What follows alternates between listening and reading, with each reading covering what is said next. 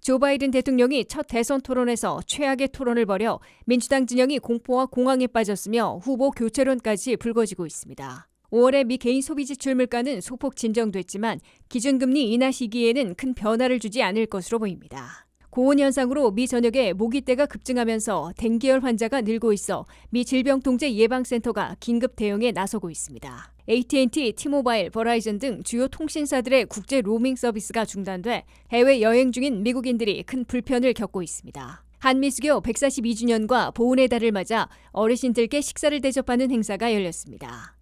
시청자 여러분 안녕하십니까? 워싱턴 뉴스 투데이입니다.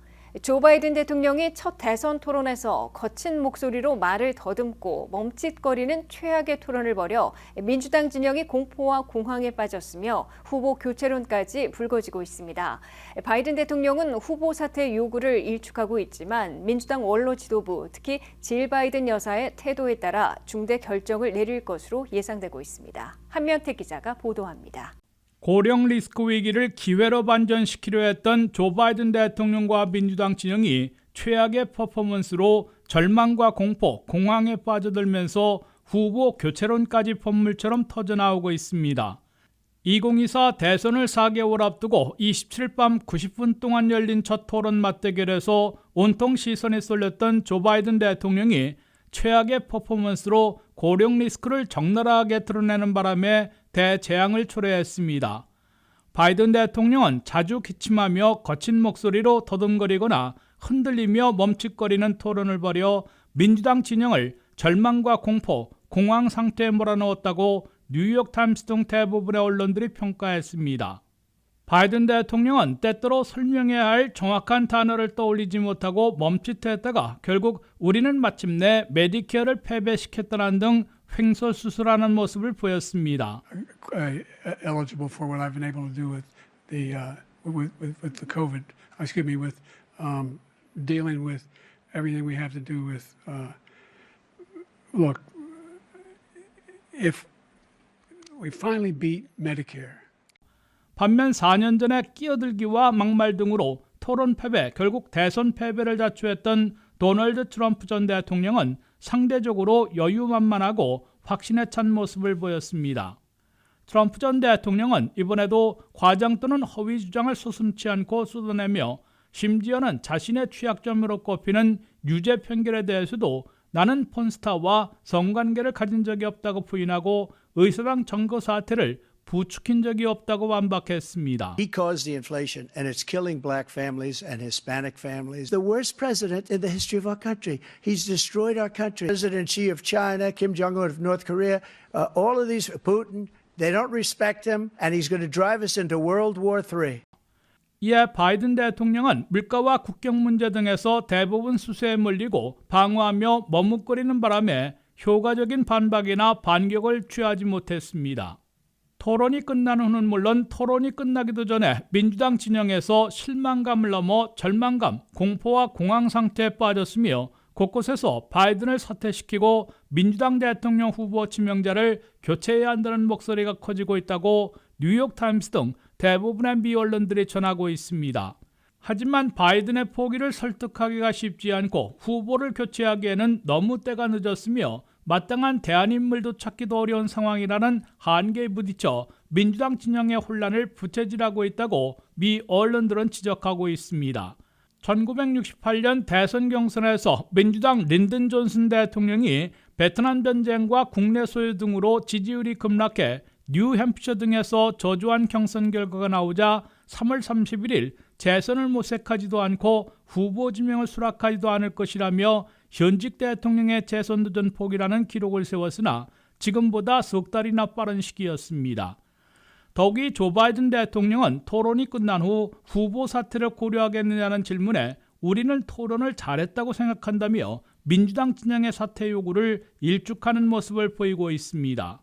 바이든 대안인물로 꼽혀온 개빈 뉴섬 캘리포니아 주지사는 나는 바이든 대통령의 기록을 부정하고 그로부터 돌아서지는 않을 것이라고 아직 후보 교체설에 동조하지 않고 있습니다. 앞으로 민주당 진영에서는 척 슈머 상원대표, 낸시 펠로시 전 하원의장, 제임스 클레이번 전 하원대표 등 당 원로 지도부가 백악관으로 가서 바이든 대통령의 재선 포기를 강하게 설득해야 한다는 압박이 거세질 것으로 언론들은 내다보고 있습니다. 특히 바이든 대통령은 오랜 기간 트럼프를 물리칠 후보는 자신밖에 없다는 옹고집을 부려왔고 단 한 사람을 제외하고는 누구의 말도 듣지 않으려 할 것이므로 질 바이든 여사가 결정적인 역할을 해야 할 것으로 미 언론들은 지적하고 있습니다. WKTV 뉴스 한면택입니다. 미 연방준비제도가 선호하는 PC 개인 소비지출 물가가 5월에 2.6%로 소폭 진정됐지만 기준금리 인하 시기에는 큰 변화를 주지 않을 것으로 보입니다. 다음 주 나올 고용지표에서 고용이 더 냉각되면 기준금리 인하가 9월에 단행될 수 있고 고용 호조를 보이면 대선 이후인 11월이나 12월로 미루어질 것으로 예상되고 있습니다. 미국의 두 가지 물가지수 가운데 CPI 소비자 물가지수에 이어 PC 개인 소비지출 물가도 진정세를 이어갔습니다. 미 전역에서 개인 소비자들이 실제 지출하는 물가인 PCE는 5월에 전달보다는 제자리했고 전년보다는 2.6% 인상된 것으로 연방상무부가 발표했습니다. 이는 전달의 월간 0.3% 인상보다는 0.3%포인트 낮아진 것이고 연간으로는 2.7%에서 0.1%포인트 둔화된 것으로 경제 분석가들의 예상치와 부합한 것입니다. 5월 중에 미국 내 상품 가격은 0.4% 하락한 반면 서비스 가격은 0.2% 올랐습니다. 변동이 심한 식품 가격은 0.1% 오른 반면 에너지 가격은 2.1% 내렸습니다. 그러나 렌트비를 포함하는 주거비는 0.4% 올라 4개월 연속 오름세를 이어갔습니다. 이에 따라 변동이 심한 식품과 에너지 가격을 제외한 코어 PC, 즉 근원 개인 소비지출 물가는 5월에 2.6%로 전달의 2.8%에서 0.2%포인트 낮아져 그만큼 더 진정됐습니다. 미국 중앙은행 연방준비제도는 이 PCE 물가지수, 그중에서도 코어 PCE를 가장 많이 반영해 목표치인 2%에 도달할 때까지 기준금리를 조정하고 있습니다. 5월 PCE 통계에서 미국민들의 소득은 0.5%나 증가한 데 비해 소비 지출은 0.2% 증가하는 데 그쳐 번 돈보다 덜 쓴 것으로 나타나 소비 위축, 경기 냉각이 우려되고 있습니다.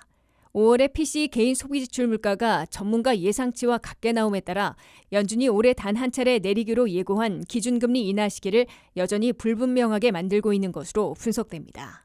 7월 5일 발표되는 6월 고용지표를 보아야 기준금리 인하가 대선 전인 6월에 단행될지 아니면 대선 이후로 미뤄질지가 보다 분명해질 것으로 예측되고 있습니다. 물가 진정세가 계속되는 동시에 고용 증가폭이 둔화된다면 기준금리 인하가 대선 전인 9월 18일에 단행될 것으로 예고되고 있습니다.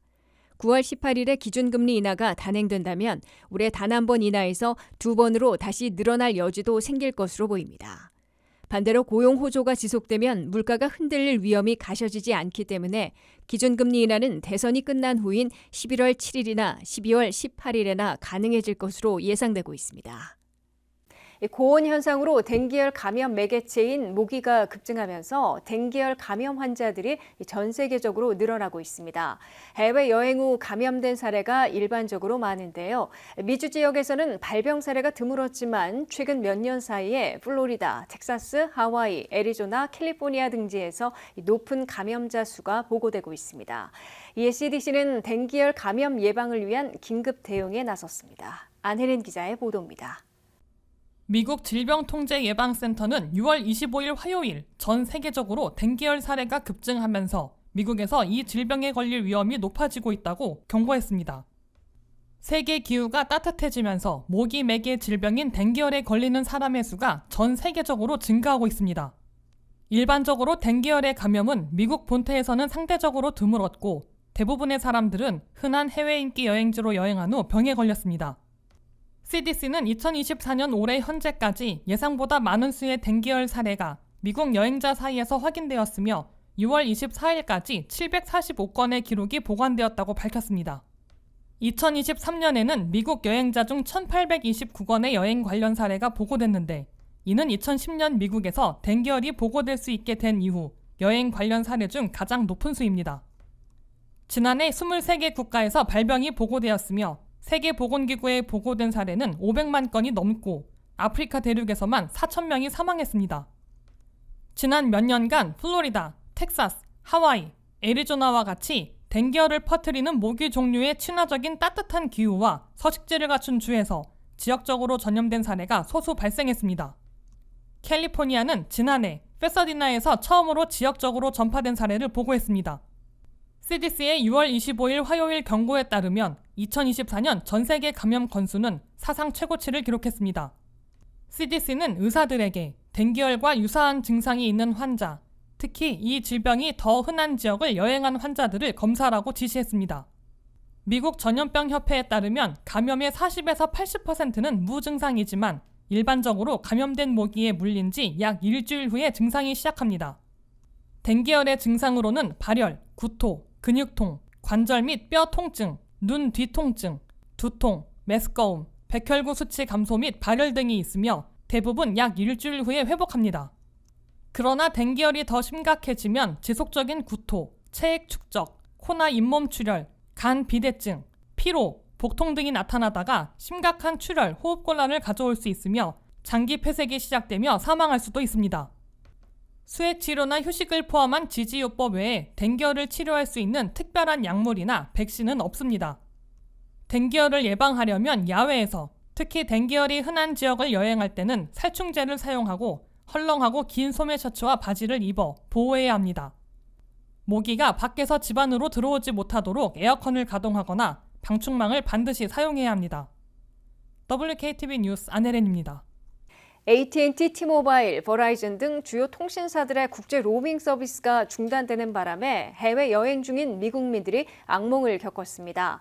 전화 통화나 문자, 데이터 사용이 차단돼 어떤 정보도 얻을 수 없어 미국민 여행객들이 곤란을 겪고 있는데요. 통신사들은 국제 로밍 서비스를 연결하는 국제통신 네트워킹 서비스 제공업체의 시스템 장애 때문이라며 복구 작업을 벌이고 있다고 밝혔습니다. 류령화 기자의 보도입니다. 해외에 있는 미국민들이 휴대폰 로밍 서비스가 차단돼 휴대폰을 사용하지 못하는 악몽을 경험했습니다. 미국의 3대 통신사인 AT&T, T-모바일 그리고 버라이즌에서 갑작스레 국제 로밍 서비스가 중단돼 휴대폰이 무용지물이 된 것입니다. 결국 국외에 있는 미국 고객들은 아무런 통신 서비스를 받을 수 없는 상황에 이르렀습니다. 이들은 전화통화, 문자 전송, 데이터 사용이 불가능해 아무런 정보를 얻을 수 없는 두려움을 겪었습니다. 이에 여행자들은 고객 서비스에 전화해서 문제를 보고할 방법도, 라이드 쉐어링 앱으로 차를 불러올 방법도, 지도나 예약을 확인할 방법도 없다며 불평했습니다. AT&T 대변인은 AT&T 네트워크는 정상적으로 운영되고 있지만 국제 여행을 하는 일부 고객만이 AT&T 네트워크 외부의 문제로 인해 서비스 중단을 겪을 수 있다고 설명했습니다. 버라이즌은 해외로 여행하는 미국 기반 고객을 위한 음성과 데이터 연결에 문제가 있는 제3자 통신 제공 업체를 지적하며 책임을 피했습니다. 또한 버라이즌 측은 이 문제를 해결하기 위해 로밍 파트너와 적극적으로 협력하고 있으며 현재 통화 및 데이터 연결의 70%가 진행되고 있다고 전했지만 아직 완전히 복구되진 않았습니다.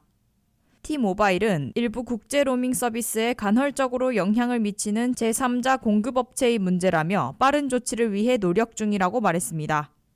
이 문제는 다양한 통신사의 국제 로밍 연결을 관리하는 시니버스라는 제3자 국제통신 및 네트워킹 서비스 제공업체에서 비롯됐습니다.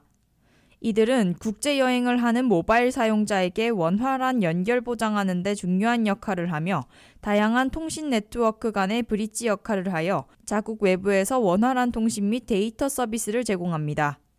통신사와 해외여행객들의 매개체 역할을 한 시니버스에서 장애가 생기자 이용자들의 휴대전화가 그저 카메라에 불과하게 된 것입니다. 시니버스는 목요일 아침에 모바일 사용자들에게 이용 불가 신고 접수를 받았으며 전체 서비스를 복원하기 위해 네트워크 파트너와 긴밀히 협력해왔다고 밝혔지만 로밍을 할 수 없는 이용자들은 속이 타들어갔습니다.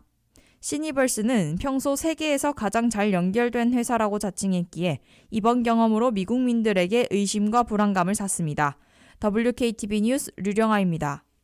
한미수교 142주년과 보훈의 달을 맞아 어르신들께 점심 식사를 대접하는 행사가 열렸습니다. 한미수교와 한미동맹의 중요성을 나누고 또 호국 영웅의 뜻을 기리는 의미 있는 시간을 가졌는데요. 김미연 기자가 행사 현장을 다녀왔습니다.